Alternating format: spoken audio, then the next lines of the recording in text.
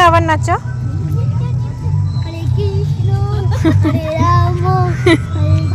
Good evening everyone, চলে এসেছি একটা নতুন মিনি ব্লগ নিয়ে।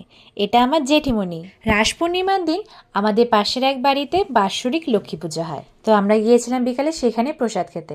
এই আমাদের বিহুরানির নাচ গান তো তোমরা দেখেই নিলে। পূর্ণিমার দিন চাঁদের আলোর কিন্তু আলাদাই এক সৌন্দর্য আছে। জেঠিমণিকে চিনে গেছো, বৌমণি ভাস্তিকে তো আগের থেকেই চেনো, আস্তে আস্তে সবাইকে চেনাবো। আমার বৌমণি খিচুড়ি খেতে বড্ড ভালোবাসে।